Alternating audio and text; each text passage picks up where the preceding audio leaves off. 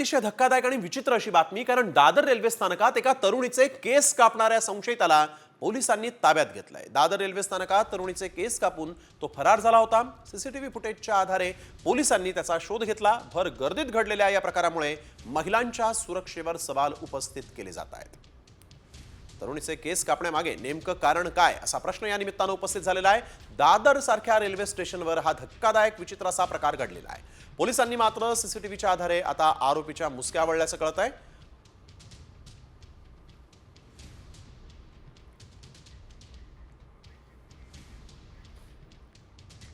दादर पश्चिम ब्रिजवर गर्दीमध्ये एक 19 वर्षाच्या महिलेचे पाठीमागील केस थोडे कापले गेलेले तिला लक्षात आलं। त्यानुसार तिने दिलेल्या तक्रारीनुसार आपला गुन्ह्याचा तपास चालू आहे। त्यात एक संशयिताला पकडलेला आहे, इंट्रोगेशन चालू आहे आणि पुढील अधिक तपास चालू आहे।